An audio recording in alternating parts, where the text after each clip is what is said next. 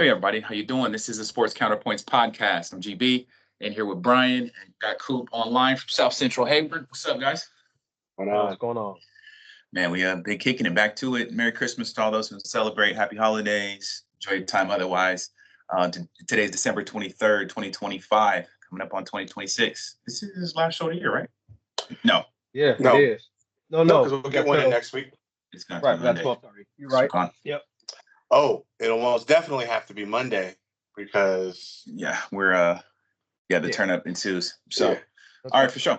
So thanks everybody for joining us. I think we're coming up on year 6, I believe. Yeah, something like that. 6 or 7, because it wasn't 5 years was when COVID started, so it was before that. So so today we're talking college football playoffs. We'll pick up from where we left off where we started last show. The guys talking about the games, and then we'll slide to the NFL. So let's run it down on the college side, man. So you mind switching the tab? Yeah. Let's do it. So starting with, I think the first game was what? Tulane and Ole Miss, wasn't it? Oklahoma, Alabama. Oh, that was Friday. Alabama, Alabama wins 34-24. Probably what many expected. Because I thought Oklahoma was going to win. I think Jason thought Alabama was going to win, right? Or vice versa. I can't remember. We were on both. We were on opposite sides. Right, I had Alabama. You had Oklahoma. It was a 1-point spread. But yeah, go ahead and talk about it though. No, it was just a good game. I mean, Oklahoma jumped out on them, and Alabama then came back. I mean, I think they were down 21-0, and there's been a viral video. 17-0. 17-0. Yeah. And there's been a viral video of the announcers basically just declaring the game over and talking about how Oklahoma's the new king and all this other stuff. And then surely, sure as you could be, there comes Alabama just whittling away. And then ultimately, I mean, they looked like the better team pretty significantly by the end of the game. It didn't start off that way, but they got where they needed to go. This was actually a better game to watch. We'll talk about others that were not in a minute, but yeah, this was what do you got? This was the second most impressive win this weekend in the college football playoff. Like you said, game started 17-0. And then it felt like Oklahoma just they didn't score again. I think they scored. Alabama scored 34 straight. Oklahoma's quarterback, they got worse. The more he got worse, the more he threw. Good win for Kellen DeBoer. Yeah, I like him as a coach, man. He's now 7-1 versus top 10 teams. And it seems like to me, watching this game, Alabama, since they can't run, it feels like they're more comfortable throwing the football. It's like they like being down because that means they don't have to run; they can pass. But good win for them. We'll talk about next week who they play.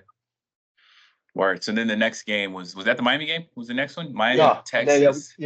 And then Miami 10-3. I never saw the score till just now. I didn't know it was that low and that close. Yeah. But go ahead, Brian. The score was in the fourth quarter. I'm not going to say much. This is your game, but I will tell you this game was horrible to watch. Like I fell asleep twice, and I was trying to pay attention. Go ahead. It was 0-0 at halftime. Real talk, 0-0.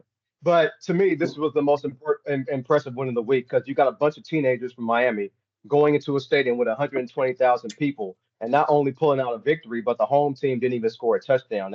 It's just harder to win on the road in college football than it is in the NFL. That's why a lot of elite coaches in college always schedule a bunch of home games. They want to avoid the road. The only touchdown was scored by a freshman I talked about last week, Malachi Tony. He's really Miami's best offensive weapon. He had a fumble earlier in the game, but he had the game's only touchdown, which proved to be the difference. Glenn, you say you didn't see it. Texas A&M actually had a chance. They were at the, I think, 7 or 8 yard line, and their quarterback threw an interception the second of the game. He threw it in the end zone, and it was a bad. Yeah, it was a bad interception. Like it was, the guy was open, and he threw it way behind the guy, and Miami ended up intercepting the ball. Lastly, all I'll say is, I've been saying all season, Carson Beck, the quarterback for Miami, he holds the team back. He threw 20 times. He only had 103 yards. Miami surprisingly still won the game. They missed 3 field goals. It was very windy, and they had 3 turnovers, yet they still won. But any playoff win is considered a big win, no matter how it gets done. And I guess Miami got it done. Of course, we'll talk about them playing Ohio State a little bit later. Yeah, I was about to say. I don't know about. You said you were impressed with this win. I think they just outlasted. Somebody had to win. Somebody had to flip a coin. It was no offense. I mean, like you said, 103 yards. They had 172 rushing yards from someone. But It was so painful. Well, Glenn, I'm gonna tell you right now, a lot of these guys Don't on look defense good. on both teams, a lot of the guys on defense on both teams are going to get their name called in the NFL draft. It was a lot of defensive talent. Shouldn't have been 10-3, but it's a lot of defensive talent on both those teams. Gee whiz. Yeah. Well, I don't think they're putting any footage from this game in there. I mean, the interception was such a bad throw that it's almost like you can't really brag about it because it wasn't like you made a play at the ball. You just got hit in the head with the head of the ball. Like, hey, why is that here? He threw one of Bo Nick specials, but go ahead. I'd be celebrating because it looks like that run is good and over. Looking at who they playing next. Yeah. All right, and then we had Tulane was the next one, right? And then Tulane and Ole Miss. Ole Miss smoked them boys. I'm seeing this score too. 41-10. Ole Miss wins. Lane Kiffin's boys. What y'all thought about that game? Go ahead, Brian. Ole Miss was a better team, right? We all knew that. It was a matter of whether or not they were going to have coaching to execute the talent that they had. And most of the assistant coaches came back, so the play calls were all by the same people. The players knew what was going on. The schemes were the same. So, there was no fall off, at least not in this game. This is why, I actually like the extended playoffs, and I understand why they did it. I think this is the exception that proves the rule because, as it turned out, the two division winners that were not in the top 10 were Tulane and James Madison. And, we'll talk about the other one, but Tulane was just outmatched. They weren't going to be competitive. They should not have been rated as high as they were. And the only reason they were is because they weren't playing other talent. And there was so many other teams that got lost, that had losses in the top that they had to put these two teams in. And this is the result. I mean, Tulane got beat up on by a big program, which is weird to say about Ole Miss, but this year they were a big program. I think next year they become irrelevant again. But, right now they are what they are. Cool. Brian, move on to the James Madison Oregon game because I'm gonna talk about both games together real quick. Okay. Go ahead. Move on. Fight on. So then, Oregon, number 5 plays number 12, James Madison. Oregon wins 51-34. Here, I'll get out of your way real quick. I mean, the only thing that bothers me about this game is that James Madison was able to score 34 points. That's about it. Like, Oregon came in there, did what they needed to do. James Madison didn't have the horses to be able to compete with Oregon. And ultimately, this is what happens. I'm pretty sure I know where Jason's going to go, but again, I think that the way that the playoffs set themselves up, this is a possibility. This possibility was realized here, but I don't think they should change it because more often than not, these super conferences are going to get more people in.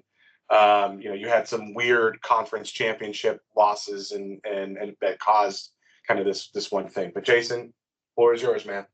Yeah, I'm about to do what people at work call be on my soapbox real quick. Look, Cinderella teams in the college football playoffs are now 0-4. Both of these games that Brian just talked about, they were an embarrassment. Look, James Madison and Tulane, they got an $8 million check. Good for them. But in the Oregon game, they scored 2 touchdowns in 9 plays. I mean, they had a track team full of receivers, and James Madison couldn't cover none of these guys. And I understand why both of them are in the NCAA playoff because they don't want to get sued. I get that, but they need to get rid of the first round of playoffs because it's pretty much pointless. And these two games prove it just made no sense to expand the playoffs to 12. There was nothing wrong with 4. The most this thing should be is 8.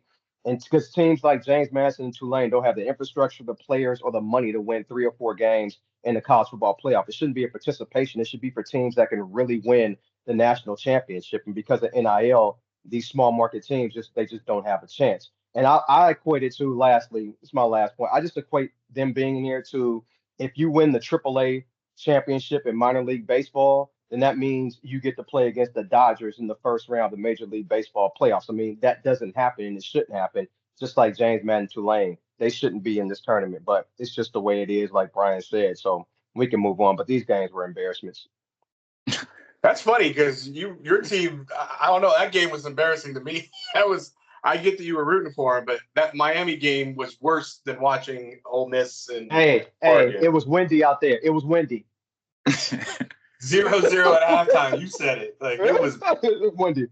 At the end of the game, they could have flipped a coin and decided who won that game, and it would have been, But anyways, we'll talk about the next round. Let's move forward. Let's do it. So you're starting with, I'm just going to run it straight down. So Oregon has Texas Tech on January 1st at 9 a.m. It's all PST.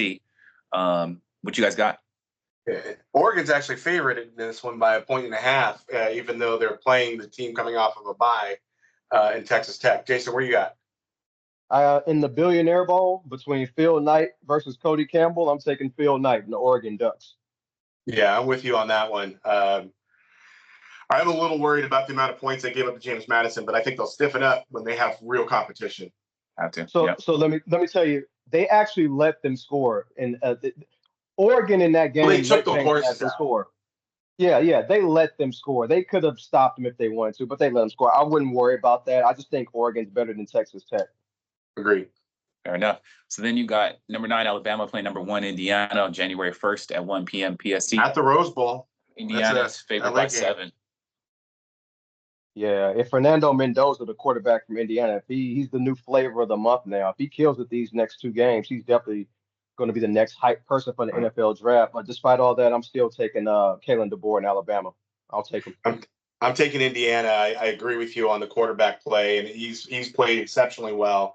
Indiana, just I know that this is another one of those teams like Ole Miss that you're just not expecting to see at this point. But the reality of it is they're playing great football, and they're the hot hand right now. And so you go with the hot hand. I think this might be an outstanding game, and I could absolutely understand why Alabama could get a win here. So this is not me saying that Indiana's going to blow doors off of them. At 7-point spread, it seems like a lot for 2 teams that are going to be really good. But at the same time, I think they're both going to score touchdowns and not a lot of field goals. And if that's the case, then it's easy to see how you can have a 7-point game.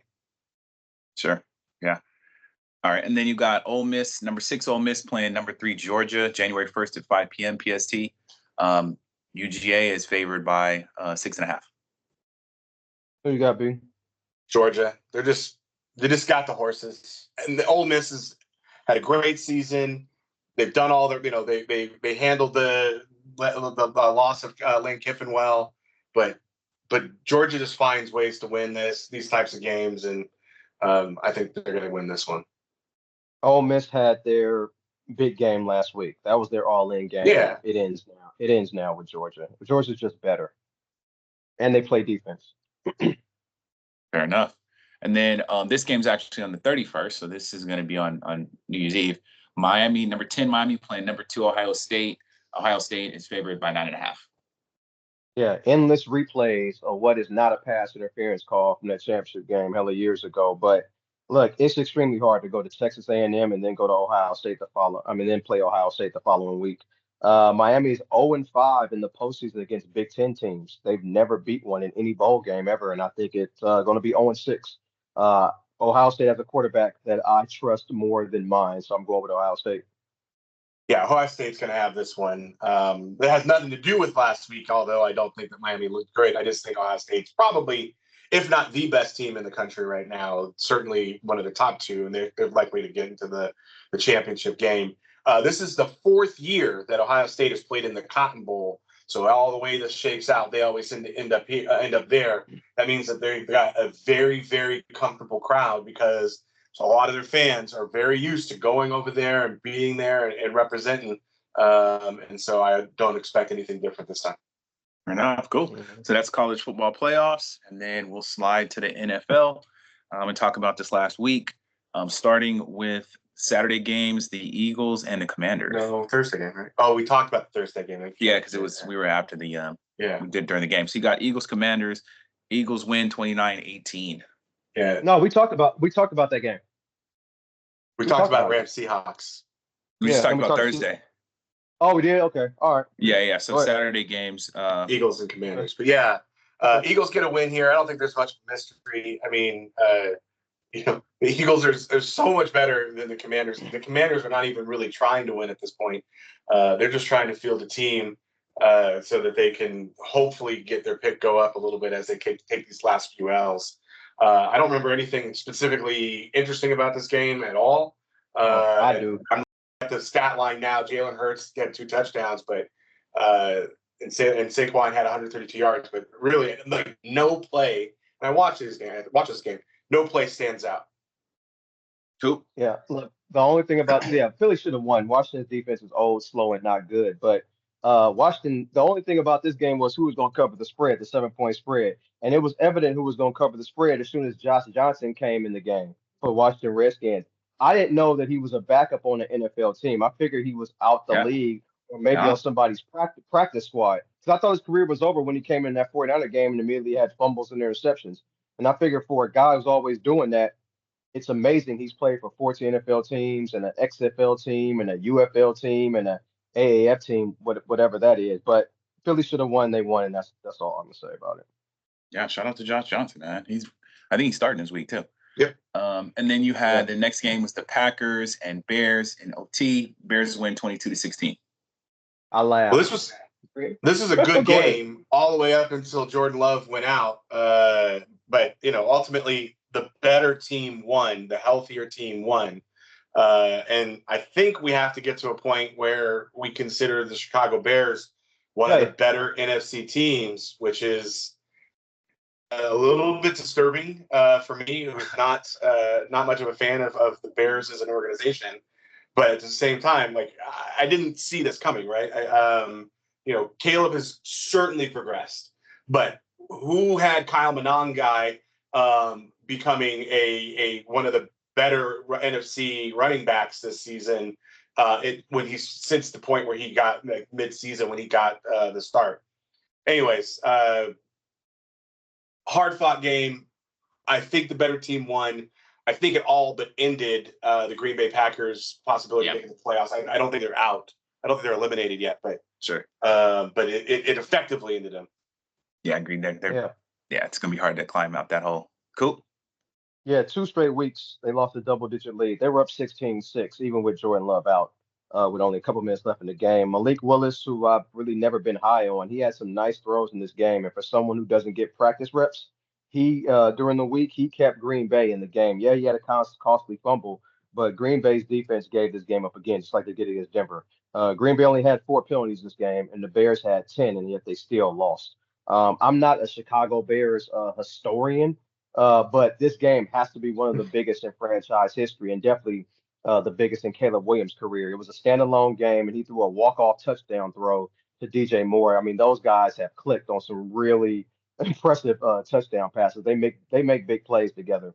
But what's crazy about before that throw, what people aren't talking about, is the 2 throws before that were 2 bad high passes, and but he connected on that last one, and I guess that's what counts. Caleb, I've been watching a lot of him in NFL this year. I couldn't watch him too much with Eberflus as a coach, but I said earlier he has an arm, but he's definitely an underrated athlete. He doesn't take too many hits, and he gets out the pocket quick, man. And like Brian said, he's definitely improved and looks like he's getting better every week. So good win for them. Fair enough. And then your next game, Bills Browns. Bills win. They outlast them. Crazy. 23-20. Bills win. Yeah. Bills over Browns. Yeah, at some point in time, we have to start wondering if the Bills are real. I mean, they have wins against quality teams, which some of the other AFC contenders don't. But you can't not, have close games. Now, I understand the Cleveland Browns defense is not their offense. They're actually pretty solid. Sure. But you need to be able to put teams like this down and not have it go until late in the fourth quarter while in doubt.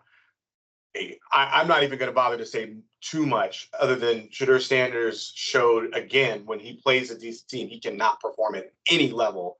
2 interceptions, I think a 26 QBR rating, yet another fail on his part. Anyways, moving on. Go on.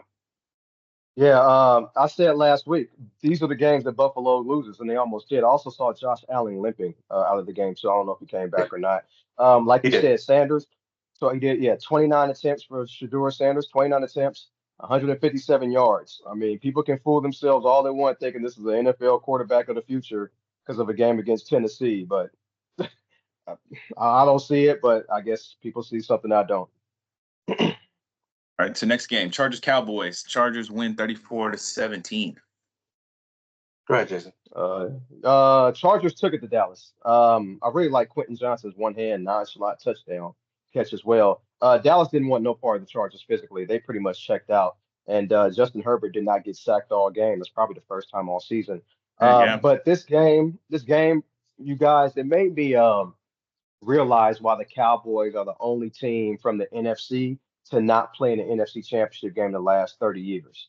I finally realized this because Jerry Jones just doesn't respect coaching and how important of a role it plays on the team. He doesn't want to pay big money for a coach, and if he does pay for a big knowing coach, they're going to get all the credit, and Jerry won't allow that because he wants to get all the credit. I mean, all you gotta do is listen to Jimmy Johnson's stories about when he coached the Chargers. I mean, the Cowboys. Jerry Jones wants all the credit, and I think as long as he's there, they always gonna get these second-rate coaches and gonna have teams like this. But good win for the Chargers, I guess.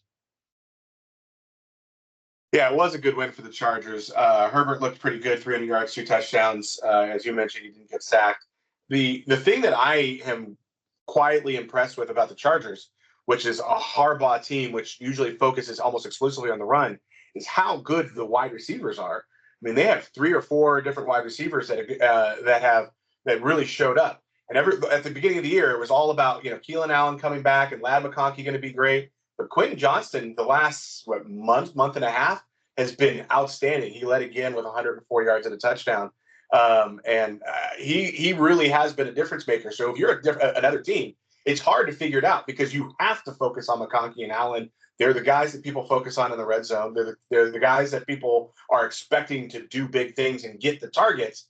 But then you got this wild card in Quentin Johnston, who is every bit as good as Allen at this point, and can really make some things happen. Mm-hmm. Hey, hats off to Herbert for spreading it around. I'm looking at it now. 4 wide receivers got 5 targets or more. All right. So next game, you got Chiefs Titans. Titans win 26-9. Gardner Minshew got hurt. I think he's out for the season. That's all I know about this game.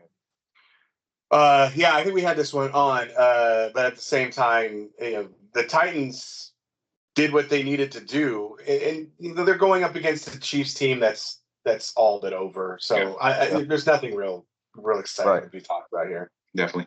Yep. Man, so this one's another interesting one. Good for you though. Dolphins. Bengals win 45-21. Just destroyed them in Miami.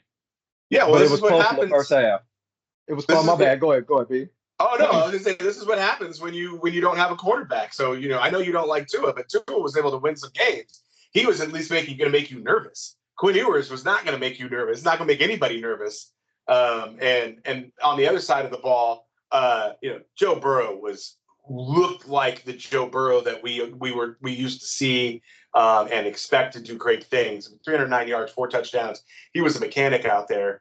And you could see that Chase was excited to have somebody like him, actually playing football at the level he can. I'll get out the way. Go ahead, Jason. No, you're good. This game was close in the first half, but the Bengals did what they should have done. But I'll make a difference on Tua. So they were winning recently because he was throwing less and they were handing off more to A-Chain. So, but it was isolated. Don't get me wrong.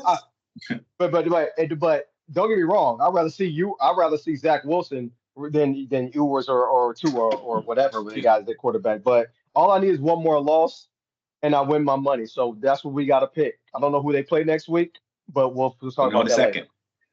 Yes, sir. So next game, Jets Saints. Jets lose 6-29 to the Saints. I don't have nothing. The Aints and the Jets. I mean, here's what I will say. Actually, Tyler's show. We watched part of this game. We actually put it on. We moved it one time so we could actually see more of this game. And Tyler's show looked really good. Was making some really nice passes. And it was. I mean, what I'm looking at it now. He had 308 yards and a touchdown. But I remember you and I actually talking about the fact that was a nice pass, and this was a nice pass, and he put that on the spot, and so on and so forth. I know very little about Tyler's show, but I will tell you that he looked very, very solid this week. Cool. Tyler's show is about as old as us. But I have nothing to say about that. All right, so long at least wins and good passes. Next game is B's team, man. Vikings Giants. Vikings win 16-13. Yeah, well, JJ McCarthy got hurt again. He has a hairline fracture. I don't think we'll see him again the rest of the season. I was really, really happy that Max Brosmer was not nearly as bad as he was last time because he was apocalyptically horrible in that other one. But on the other side, Jackson Dart only had 33 yards. Yeah, like 33 yards. That is insane. 193 between 3 quarterbacks. And he crazy. had 5 sacks for 20 yards, so he had 13 yards positive stats for the entire game. That is impressively horrible. That says a lot about the Vikings defense, but it doesn't say much. What doesn't say much is that the Vikings offense was only able to get 16 points. There's still a lot there to be done. I don't think there's a lot of people who were saying, because we've had these couple late wins, that, maybe they should give JJ another year uncontested. They've got to go and get a veteran to at least compete with them and likely take over that role. I do not want to see another year of JJ's Justin Jefferson's prime wasted there. They're going to have to retool on the running back situation because while Aaron Jones has been good, he just gets hurt too much. And then, Mason was getting hurt, got hurt early in this game too. They got to have something that's more reliable there. But anyways, my only takeaway is these last couple wins should not change anyone's opinion about what needs to be done at the quarterback position. The worst part about it is that they're already talking about guys like Kyle Murray, who's the other one going there, and Tua as the guy. Will be available. Yeah. Kyle Murray will be available too, and they're already talking about those. So that's not the answer, but it might be what we have to get. I said last week they have 2 of the worst quarterback contracts in football. Yeah, so for the Giants, I'll start with them. Look, Jackson Dart, I've said it before, he's not a smart quarterback. He's erratic. And if the Giants didn't want him to throw the ball, I question why they played him. They should have started Jameis Winston if they actually wanted a chance to win. But Brian, I did not know this stat. Brian Flores, as a head coach or defensive coordinator, has played the Giants 3 times. That's 12 quarters. The Giants have never scored a touchdown against them. That's crazy. I didn't know that.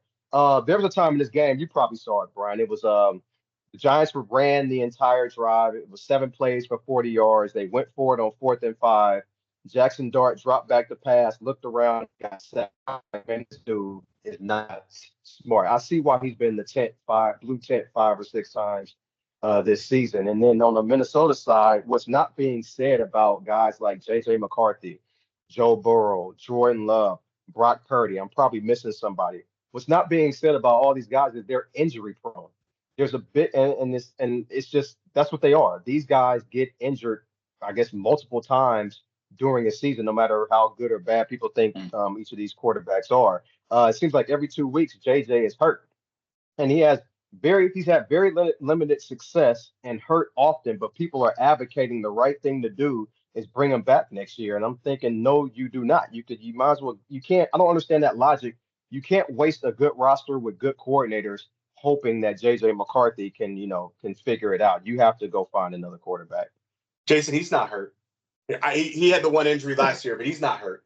This is a hairline fracture that you can barely see on an X-ray. Apparently, that's because you can't see it on an X-ray because he's not hurt. They're just trying to spare him from being embarrassed about being benched. That same thing with the concussion, because the other injury was a concussion and he was out, and the other one was a high ankle sprain. So he's not real injury prone. The high ankle sprain was a real injury, but the concussion was I think made up to give him a week or 2 off while they tried to get him situated. And then we want to shut him down for the season and not have him suffer anymore. That's the organization trying to protect him, which is what worries me even more. But yeah, it's tough. Hey, the one other thing I wanted to say is that there hasn't been a passing touchdown scored on the Vikings in I think 6 games. I saw that recently. Brian Flores' defense has been lights out. Yeah, I didn't know that. I saw it, on a meme or something like that. But that's a pretty outstanding stat for the Vikings. Yeah. I'll talk about another stat when we get to the Raiders game that I didn't know about. But let's continue. All right. So then Buccaneers, Panthers. Hold on, man. I'll pull it off. It's 23-20. They win over the Bucs. Yeah, and I think Bryce looks solid. I mean, Yeah, he knows how. He's got talent. I'm not going to say he's a great quarterback, but he has talent. One thing that was stark, though, he looks really tiny. There were a couple of times where he got knocked on his butt, and like the defensive player looked at him like he was a small child, and like, "Are you okay?" Like it's obvious that he's in a different weight class, and that weight class is not heavy. Yeah, he's not the biggest guy. Well, yeah, Carolina looks good at 10 a.m. games. That's what they do. 10 a.m. on Sunday in is a drill. Carolina. Yeah. But that was a good win. I mean, Tampa Bay's free falling, man. That's 7 losses now in the last 9 games. So good win for Bryce. Good win for Carolina, and they could actually have a chance to actually win the division. They play Tampa Bay in 2 more weeks as well. Vikings are last place in their division, and they would have a playoff shot if they were in the South. Anyways, that's how bad the South is. Next game. This game was good. Jaguars Broncos 34-20, man. Yeah. Jags kind of cooking on them boys. Liam Cohen's getting a lot of respect right now. Yeah, let me start with this one because I had Jacksonville, man, not only winning their division but winning this game. I really like their team, don't like the quarterback. Look, the Bo Nix love always lasts for 1 week, and they don't come back out for another 3 or 4 more weeks because he's inconsistent game to game, throw to throw. But I said last week, it's hard to run on Jacksonville. It's really hard to run. I saw that in the 49er game, not saying the 49ers are the best running team, but I've been watching them since then, and they're hard to run on. That means Bo Nix has to beat them. And I will take that bet any day of the week and twice on Sunday, which I did. He had 47 attempts, 1 touchdown, and 1 interception he threw directly to the defender. Yes, he had 352 yards, but that doesn't mean anything because Denver lost by 2 touchdowns. That's what you do when you're down all game. You throw the ball. Denver snuck in some runs, but over, 1 carry for 30 yards and another carry, I guess, for 16 or 17. But overall, they couldn't run the game. You take out that 38-yard carry, RJ Harvey only had 6 carries for 12 yards. So they really couldn't run. Looking at Jacksonville was kind of like looking at the Bears. When you bring in an offensive coach that can make modifications and simplify an offense, it makes the quarterback look better than he is and the team look better overall. And that's what Liam Cohen has done for Trevor Lawrence. You see that. That's why that's what Ben Johnson is doing for Caleb Williams. That's why I don't understand why these teams keep bringing back these same defensive coaches every single year just to have the same bland offense. You gotta have these offensive guys, man, that can do something with young guys that can help build your team. But Brian, what you think about this game? Yeah, I saw it a little bit differently than you did. The Jacksonville defense played well. But ultimately, the failing here was on the Broncos defense. I mean, they've been winning because the Broncos defense has been keeping them in games. And they gave up 34 points. Again, as you did say, was the offense having an offensive-minded coach. But Trevor Lawrence looked good. Like he had a very, very solid game. He was making a lot of passes. This is another one where we said numerous times, wow, he hit that dude in stride. He hit him on the right side or the left side, whatever he needed to do to keep the ball, to keep the person in motion. And there's been a lot of people who have not been big Trevor Lawrence fans, but when he has games like this, you can see it. I take nothing away from Bo Nix in this game. 352 yards is a lot of darn yards. Yes, they had to throw it a lot, but he did what he could do given the circumstances of being down. But he was down because the defense fell apart, not because the offense fell apart. So anyways, I don't think the Broncos are going to be really great in the playoffs. I'm not saying all that, but I don't think that this is a knock on Bo Nix because they got beat down by Jacksonville. Jacksonville has a pretty solid defense. They did what they could do, and the offense just manhandled Denver. Definitely. That was a heck of a game. I'm saying Liam Cohen's getting a lot of respect because of how he has schemed against the Broncos defense. Yeah. They were rolling. So yeah, it's your next game. Falcons. Go ahead. Yep, go ahead. No, I'm good. Falcons Cardinals, man. Another battle of the birds. Falcons win 26-19. I'm just gonna keep this. Cousins isn't horrible. Other than that, I always say it. Yeah, just enough. Yeah, so he was pretty bad his first game in, but when he gets 3-4 games in a row, he seems to find a stride. This was a very much a Kirk Cousins game for all those of us who were Vikings fans and watched all their games. 200 yards, 2 touchdowns, and an interception. Like you could write that on a piece of paper for every single game and put Kirk Cousins' name next to it. Whether he wins or loses, that's the stat line. Anyways, other than that, this was 2 losing teams that really had nothing to play for. So I won't say anymore. Cool. I got nothing. All right, Steelers Lions. Steelers pull out a win. The Lions feel like they're on a free fall too. Steelers win 29-24. Yeah, I'll go first. Go ahead. So Jared Goff had a really good game, 364 yards, 3 touchdowns, but it wasn't enough. This is just one of those situations where, the Steelers kind of win in spite of themselves. They were, checking the ball around. Rodgers had threw 41 times.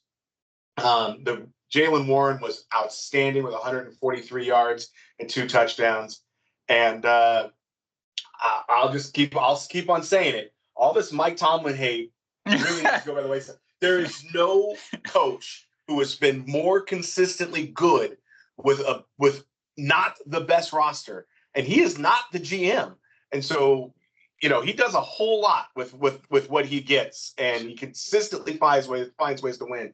I only wish, and I like our coach, but I only wish the Vikings had a coach that you could put the bank on every single season to make sure you're competitive. Because there's no reason for them to be competitive this year. No, I do. Yeah, there's no reason for them to be competitive this year, and yet they are consistently competitive, and that has to be because of Tomlin. Mike Tomlin has a lot of roster power. He's the one that got rid of DK. He's the one that wanted DK to get rid of Pickens. He's the one that wanted Jalen Ramsey. He hires the offensive coordinators. He has a lot to say over the roster. Okay, so part of it's his fault. But I will say, the 9 wins are partly his fault. Okay. Well, when he goes in the first round of playoffs for 10 straight years, it's going to be his fault too. But yeah, so look, the Steelers, I said they would cover the 7 points. I didn't think they would dominate most of this game, and that's what they did. The Steelers are not an offensive juggernaut, and they don't have a really good defense. But they ran for 230 yards on Detroit, and Detroit ran for 15. I think this says more about Detroit than Pittsburgh. This is the film. This is what happens when you lose both of your coordinators. You could talk about Matt Campbell all you want. He's coordinator dependent. And I don't think he has the 2 good ones like he had last year. He had 2 good ones last year. It's a good win for Pittsburgh. If Baltimore loses next week, which is maybe possible, the division is theirs, and they'll have a home playoff game. But it's a good win for Pittsburgh. Definitely. So, yeah, we'll see what that's a tough blow for the Lions. Raiders-Texans. Texans win 23-21. Raiders were competitive. Genty had a couple of long runs, couple TDs. It was cool to see him compete at least. Better team won. And yeah, that's just where you're at. What did you guys think? The only thing I'll say is Genty looks like a different person with Chip Kelly gone. For him, I am very happy because it seemed very obvious that Chip Kelly not only didn't know what the hell he was doing, but also had no clue on how to figure it out. And Genty is the one that I think that probably the biggest beneficiary of his absence. Cool. Yeah, the feeling coming to this game from professional bettors I was listening to was Houston will not take the Raiders seriously, and this game will be closer than people think, so take the 14 points in the Raiders. So I did, and they were right. The Raiders actually could have won this game. Geno didn't play bad. Genty almost had 200 yards of all-purpose offense.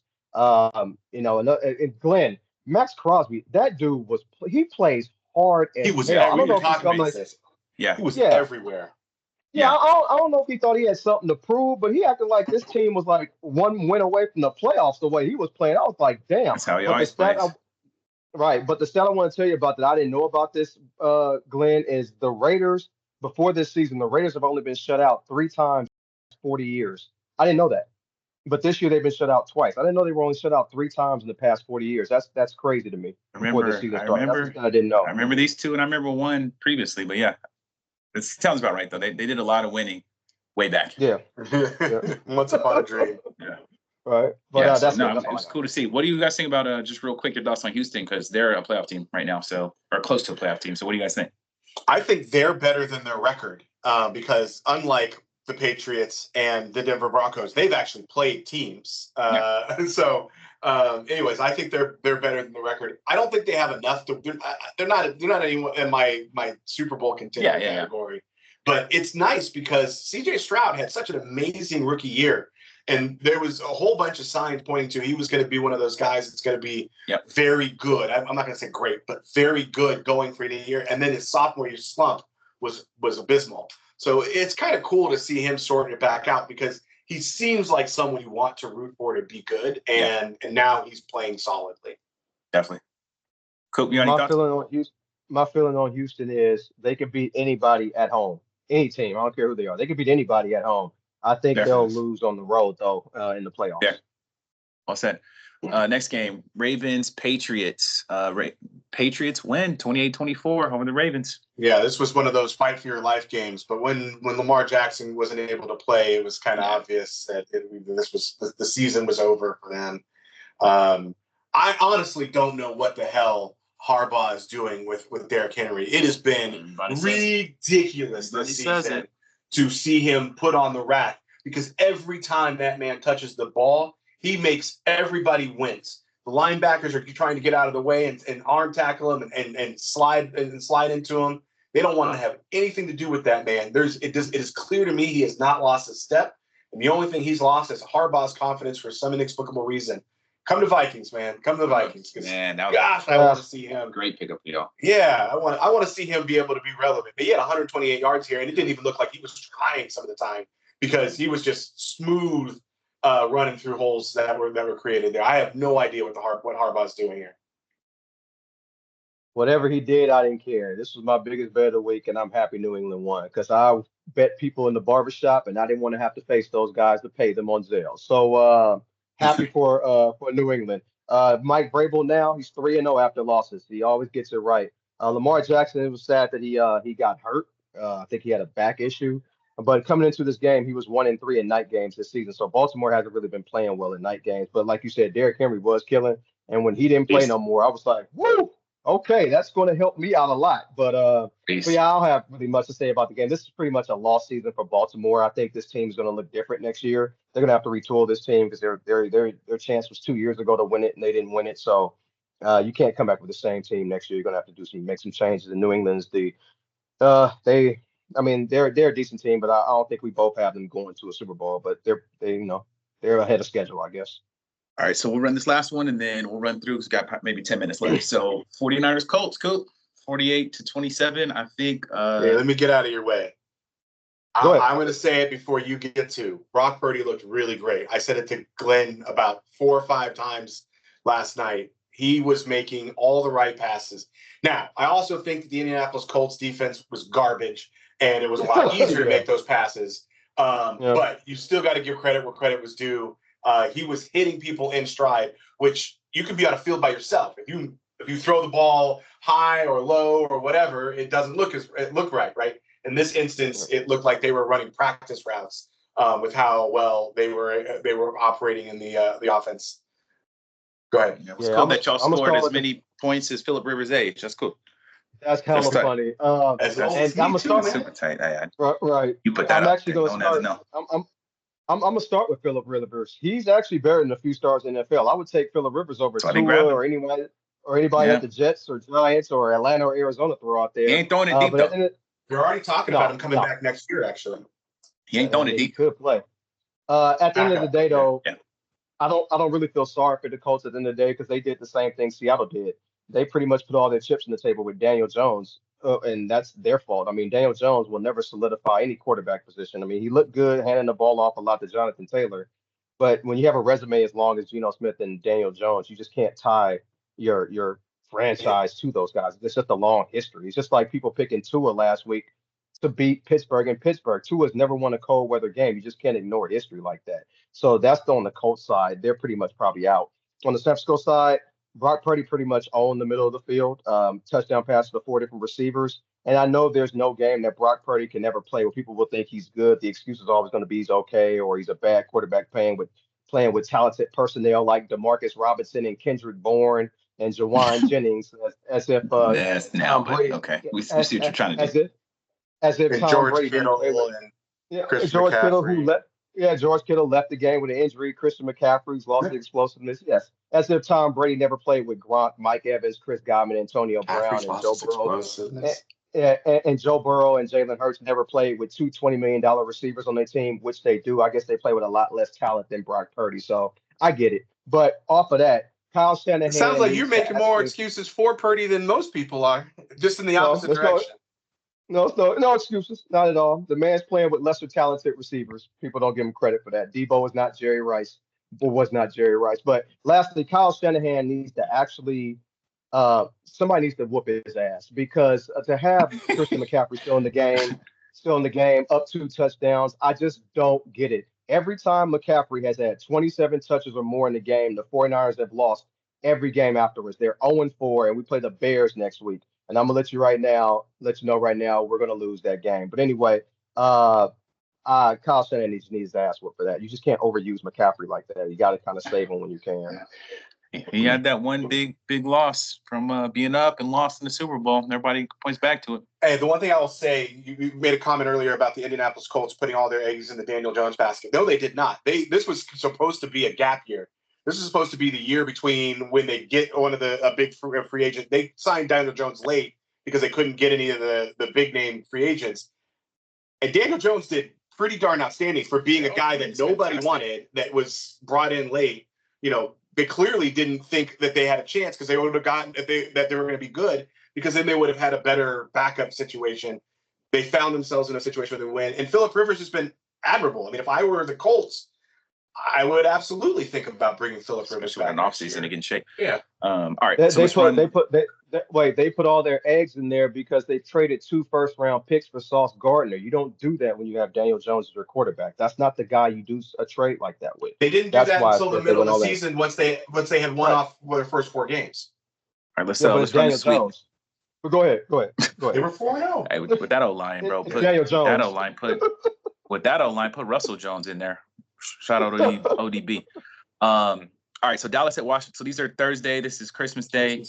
Dallas at Washington, 10 a.m. PST. Dallas -7. Cowboys will win. This is what they do. People will be like, "Oh, they're still pretty good. Look what they just did to the Commanders." Yeah. Cool. This is what Dak does. He thrives playing bad teams in NFC when the games don't matter. I got Dallas. Well, these games are on Netflix also. Yeah. There's no number high enough to make me bet on Josh Johnson. It just isn't. Fair enough. So 1:30 p.m. PST, Detroit at Minnesota. It's Detroit -7.5. I think the Vikings they could win this game, but I think they're going to beat the spread at least. Yeah, cool. I got Minnesota. I don't know who's going to win, but I got Minnesota definitely on the spread. Detroit season was last week, and they kind of blew it. Okay.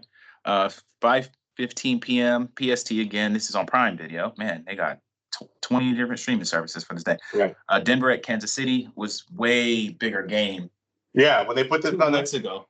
That was supposed to be the prime time, conference champion, a division champion, conference first place type game, and here we are. It's completely irrelevant for the Chiefs. Yeah, Denver's -13.5. The only question is whether or not Denver's going to be able to cover the spread. I think they will, because there's nothing on the Chiefs to speak of at this point in time. So I'll take Broncos and give up the 13.5 points, which is a lot. Yeah, Kansas City has not covered the spread in 7 straight games. I think it's going to be 8. Tonight. All right, so then you got this is a good game. Houston at LA Chargers. Chargers should be motivated because they got smoked in the playoffs by them last year. Chargers are -2.5. What do you think? Okay, I'll start.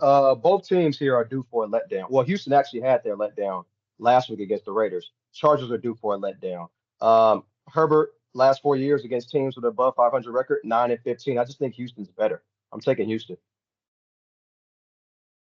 I'm going to take the Chargers. I agree with you that Houston is really good, and I could easily see it going both ways. And the Texans, as I mentioned earlier, have beat some real teams.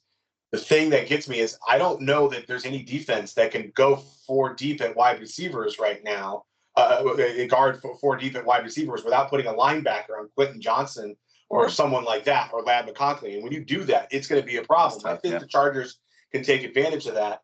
And so I give the Chargers a slight edge, which is why I'll give up 2.5 points.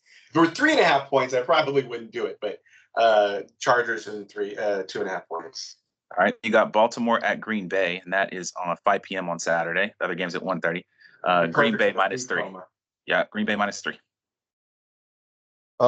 Man, the Ravens are talked about in prices if it was 2 years ago. This is not the same Baltimore team. They're 0-7 this year when they give up 20 points or more. Only other teams like that are the Raiders, Browns, and Giants. That's not the company you want to be in. I'm taking Green Bay.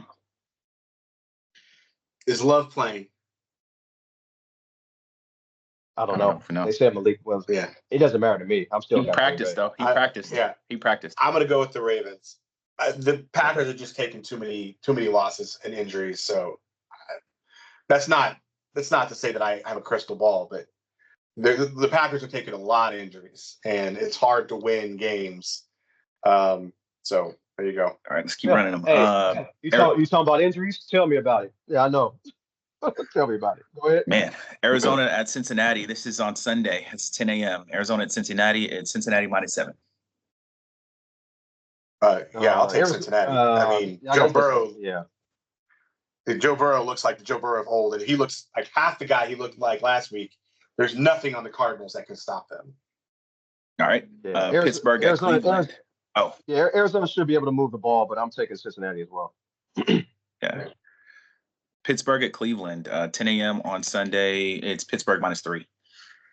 Steelers. It's pretty easy. Yeah, I mean, they'll find a way. Got to. Yeah, cool. Yeah, I got Cleveland. All right. Then you got New Orleans at Tennessee, also 10 a.m. That's New Orleans -2.5. Tyler showed me something, pun intended. Yeah, but anyways, I'm gonna go with the Saints. There's no reason not to. That's not to say that the Titans couldn't pull something out, but the Saints look like they're building something for the future. It's 2 years, but it's there. Take it. Yep. Cool. Yeah, both teams are trying to win. Tennessee's going to be able to run on New Orleans. They're 5-3 against the spread since they fired their coach. So I'm taking Tennessee. All right, this next game. Too bad that boy Phillip Rivers came in and started coming against tough teams. Yeah. Jacksonville at Indianapolis. It's Jacksonville -6.5. Jacksonville's motivated. Jacksonville's on a roll, and the Colts just can't get anything going. And that is not because of Phillip Rivers. The team was losing before he got there. He just isn't a big enough difference maker to change the tide. So Jaguars again.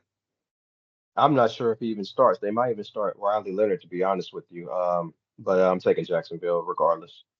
All right, Coop. This is the big one for you. Tampa Bay at Miami, 10 a.m. on Sunday. It's Tampa Bay -5.5. Tampa Bay is free falling. I would not take Tampa Bay on the spread. I wouldn't do it. I just got to hope they win by a point. So I'm going to take Tampa Bay because they're still actually in the playoff race, despite how bad they've played. So I'm going to take Tampa Bay. You also really need that to happen. But yeah, I think Tampa Bay wins this game too. The Dolphins just don't have anything going right now, and Quinn Ewers isn't going to be the guy that's going to turn it around for him. Be able to do it. Next game, New England at New York Jets, 10 a.m. on Sunday. It is New England -13.5. Patriots, it's going to be easy. I didn't think it was possible for the Jets to be worse than last year, but Aaron Glenn actually managed to make it happen. This team is worse than terrible. I got New England. Seattle at Carolina. That could be tough for Carolina. 10 a.m. Sunday, Seattle -7. Seahawks are playing the best football in the NFL right now. I'll take them at 7 points and give up 7 points to beat a Panthers team that's good but not great. Just like the Pittsburgh game 2 weeks ago, the money's already in. Seattle -7. I got them covering by double digits, winning by double digits. Got it. All right, this is the battle for the first pick. Loser most likely will get it. New York Giants at Las Vegas Raiders. That's Sunday at 1. I think we should be able to not pick this game because both teams are going to do their absolute best to lose this game. And I think the absolute best at losing is probably the Giants, not the Raiders. So I will take the Raiders to win, but not because they want to, but because they're inept. They have an ineptitude at even doing the right thing in this type of situation. Yeah, the Giants, they think they have a quarterback in Jackson Dart. They have Cam Scatterbull and Malik Neighbors. And if the Raiders, if they go another direction as far as coaching, the number one pick can entice somebody to take the position. But the way I saw Max Crosby play last week, he clearly ain't giving up on the season. Nobody else. And then I read, not him. Yeah, and then I read since 1990, when both teams have a winning percentage of less than 13%, the home team is 4-0 straight up. So I'm taking the Raiders. All right, Philadelphia at Buffalo.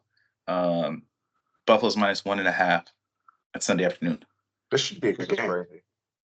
Wait, Buffalo's favorite or Philadelphia's favorite? Buffalo -1.5. They're at home. Buffalo? Okay. All right. Yeah, it was -3 and went down. You're right. Go ahead. Who you got? Buffalo. I just don't believe in the Eagles. Yeah, but what do they have to play for? They're the better overall team, but they're already in the playoffs. What they have to play for? I don't know if Josh Allen is injured. But he's 0-2 all time against the Eagles. He's never beat them. When the Bills are 4-1 against the spread. Well, they're playing for a home game in the first round for sure, right? They can still overtake the Patriots. No, I'm talking about the Philadelphia. What do they have to play for? Oh, got it. Yeah. The Bills, they're 4-1 against the spread when they play a team over 500. The Eagles are 0-6 when going on the road, playing a team over 500 when they won and covered the previous game. Okay, I got Buffalo. Yeah, I got Buffalo.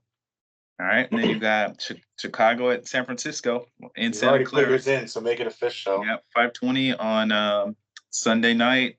Niners are -3. Go ahead, B. Oh, you already called your shot, so go ahead. Okay. Let me say one more thing. Yeah, I got the Bears, but also I think the Bears actually have a rest and a coaching prep advantage because they played on Saturday. The 49ers played on Monday on the Eastern time zone. So they have their players are going to be at least 2 days fresher than the 49ers. So they should be able to run on them and score points through the air. Even though Brock Purdy's 5-0 last 5 games straight up and against the spread, and Kittle was hurt, McCaffrey 27 touches. I gave you that stat earlier. I'm taking the Bears in this one. Yeah, I'll take the Bears as well. I think this is a big litmus test for the Bears, more so than the 49ers. 49ers have been in the playoffs. 49ers have played, top teams in a good situation. They're in a division with Seattle and the Rams. The Bears need to prove to themselves more than anyone else that they can win games like this on the road against really good teams. Prime time. And prime time. So I'm going to pick the Bears to step up and do it. Yeah, it hurts me, but the reality of it is the Bears are pretty darn good this year. Fair enough. Monday night, LA Rams at Atlanta Falcons, 5:15 on Monday. Rams are -7.5. This is one of those games they wish they could flex out of. The Rams are probably going to just do a boat race on the Falcons because they want to try and keep themselves in the conversation for the number one seed, and the only way they can do that is to keep winning and winning big. By then, they'll know whether the Seahawks have won or lost, and my guess is the Seahawks will have won, and so that'll make next week's games even bigger. But anyways, Rams this week. Well, if the 49ers win out, they are the number one seed. You know that, right? If they beat Chicago and they beat Seattle, they're number one seed. I don't think it's going to happen. Yeah, I don't think it's going to happen. But yeah, they have a 32% chance. By the way, I was watching that while running this morning. Sean McVay in December, I said last week or a couple weeks ago, he's really good. But after a loss, he's 32-19 against the spread. That's the best record since 2017, since he entered the league. I'm taking the Rams to cover. It's actually 9 points now, I believe, but I'm taking the Rams over Atlanta. Fair enough. So that's our show, guys. So let's run the last few segments, starting with What's Hogwash. That's your segment. What you got? What's Hogwash in World of Sports? Yeah, so I got two. The first is Draymond Green. With that whole antic of him leaving the bench for the entirety of the third quarter. Then when he gets interviewed, he's like, well, tempers would flare, and I just decided I was nonstop. This guy talks about how you need to be a leader. Nonstop, he talks about how other people aren't mature and you need to grow up and everything. And he wants to be, this old veteran who shows leadership skills. That was I'll call it hogwash, but I'm thinking some other words for what he did, and I'm just a little bit over the antics. He's not Dylan Brooks bad, but at some point in time, either be the veteran or be gone, because what he brings to the team is veteran leadership, and he did exactly the opposite, and that was hogwash. The other one is USC. How in the world can this coach and this administration, which also didn't come from USC, let the longest standing big time rivalry in USC versus Notre Dame end because they couldn't strike a deal? That is absurd. That they couldn't figure out a way to get that done. It shows people who do not understand legacy, who do not understand the importance of these games to the college football platform, and it's a bunch of hogwash. They couldn't get that done. Go ahead, Jason. Cool. I'm actually happy USC didn't do that. Notre Dame doesn't deserve to play USC. But my hogwash is the Chicago Bears, because it's pretty likely they're going to build a dome as their next stadium. That is stupid. There's already two teams in their division that play in domes, and dome teams struggle in December playing outdoors. I think playing outdoors in the elements is an advantage for the Bears, and it's part of the football experience. When you go to a Bears game, it's part of their culture, and they're doing it because they'll be guaranteed to get a Super Bowl, which I get. Money. But in addition, events all year. Hey, Jason, I'm sorry. How many times have you gone to Chicago or Green Bay in December to watch a game? Hey, I would love to go fans, there. I really would. I would love to go there just for a fan experience. And then in addition, The tickets are real cheap. I'll tell you that. Oh yeah, but it is an advantage. Oh, it's a strategic advantage. But the fans won't go to those games. It is so freaking cold. You're drinking beer slushies. Like it's crazy. They go now. But then again, though, they might have to. They might have to leave Illinois, and so the dome might be built in Indiana, just like for the Chiefs, their new stadium. They're gonna have to leave Missouri, and they're gonna get a dome built in Kansas. I think all of it is embarrassing. It's embarrassing, man. I think for the Bears, man, you want that stadium to be the way it is, man. That money's too big. That's just my hogwash. Yeah. I think we're 20 years away from every NFL team having a dome. There's just too much money to be made. The most profitable arena, football stadium in the entire country has one of the worst teams in it, and that is the Raiders. Cowboys. They print money because of all that. In Kansas City and Detroit and all, and Chicago and Green Bay and all of those teams want that money, and you can't compete. You only get 8 games for a football season. You got 365 days trying to get money out of it. I don't have one. So we'll slide to game ball. Coop, who you got? What's game ball for excellence? My game ball goes to Jim Harbaugh. Look, it's well known the reason Harbaugh is coaching the Chargers is because of Justin Herbert. In the past, he had Alex Smith. He had a very low ceiling. Kaepernick, who had the ability to make explosive plays, but he was inaccurate throwing. J.J. McCarthy pretty much ran shotgun for Michigan's offense, but I don't know any coach that could win with this non-elite group of receivers and decimated offensive line and be 11-4. Yes, these guys are playing above their level. Lab McConkey, Quentin Johnson. I was about to say Keenan McCardell, Keenan Allen, this receiver group doesn't scare anybody, though they're playing well. And I got to give it to Jim Harbaugh, man. He doesn't have the most, I would say, talented team, but he's getting it done, and that's what coaching is. So I'm giving it to Jim Harbaugh. This is literally what the Niners are doing right now. Right? No. Anyways, so here's irony. We got more players hurt, but go ahead. Here's irony for you. I got 2 game balls. One is Brock Purdy. That was a pretty outstanding performance, 5 touchdowns. Like I said, I tipped the cap to him. He looked really good. He was hitting people in stride, even against that defense. That's still impressive. The other is Con Kneppel.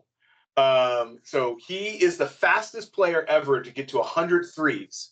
It only took him 29 games, beating Lauri Markkanen, who was at 41. So by 12 games, he got to 100. But he beat the number 2. And it goes 41, 42, and 2 at 43 to get to 100. And this kid, Con Kneppel, got there in 29 games. That's impressive.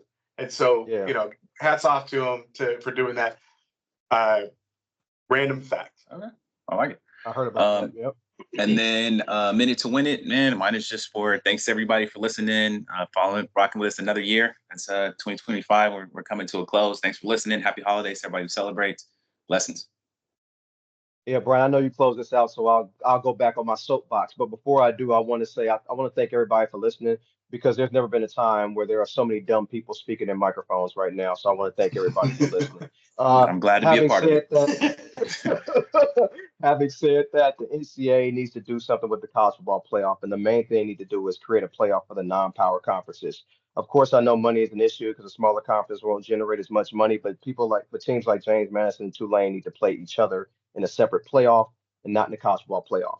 NIL pretty much blew it for these teams. There'll never be another team like Boise State with Kellen Moore, where they had 11 guys drafted in the NFL draft, because other teams are just going to buy those other players. And in college football, there's no Cinderella. This isn't college basketball where some random guy from some random university can get hot for 2 games and hit threes. That's not how football works. There's a reason why Montana and Montana State played in the 1AA playoffs, because that's who they should be playing. So I wish they could just create something for the other I guess smaller conferences, a playoff for them. I don't think it's going to happen, but I think they should. And I'm pretty much done with my college football rant. B? My rant is go out, do some reading. There's 30,000 new documents out there. And if you do a search for Trump's space instead of just Trump, you can get all the results you're looking for. Anyways, it's sad and desperate times. We have a president who is now confirmed to have sexually assaulted. He's been both convicted of it, and now there's 30,000 records that point to the fact that this is a guy who's sexually assaulted underage kids, and it's beyond ridiculous that this is our president, and it's still the first year. Only had 1 year of this guy in term 2. Anyways, God be with us all. It's our show. Thanks. Always loved how you ended off for us. Yeah, why don't we just end it all? We'll catch y'all next time on Sports Counterpoints. Thanks for listening.